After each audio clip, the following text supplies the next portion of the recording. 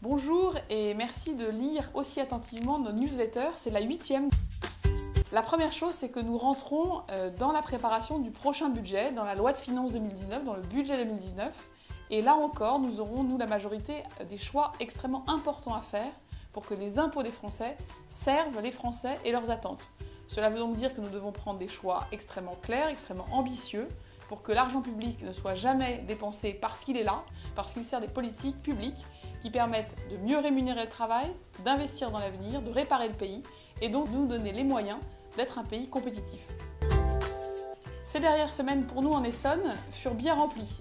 D'abord, il y a eu l'Assemblée Générale qui nous a permis de faire le bilan d'une année d'action à votre service depuis mon élection le 18 juin 2017. Il y a eu aussi notre déjeuner sur l'herbe qui a permis de réunir les associations, les citoyens, les élus, tous ceux avec qui je travaille et nous travaillons dans notre équipe très activement sur le terrain. Et puis il y a toutes ces rencontres extrêmement enrichissantes pour mon travail à l'Assemblée nationale qui s'inspirent de mes rencontres sur le terrain.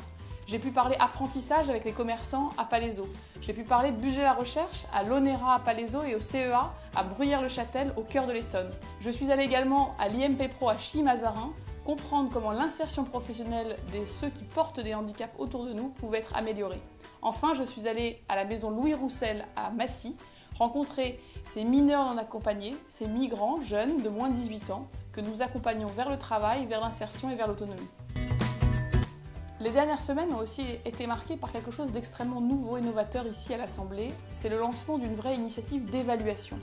Ma conviction, c'est que pour bien transformer le réel, il faut d'abord bien comprendre le réel. C'est-à-dire qu'il faut s'appuyer sur du chiffrage, sur des faits, sur toutes les données que les économistes, que les universitaires, que les professionnels de terrain peuvent nous faire remonter pour que nous ne votions plus jamais dans le brouillard et que nous trouvions, nous députés, notre compréhension indépendante de l'exécutif, indépendante des lobbies et que nous nous forgions notre propre compréhension de ce qu'il faut transformer dans notre pays.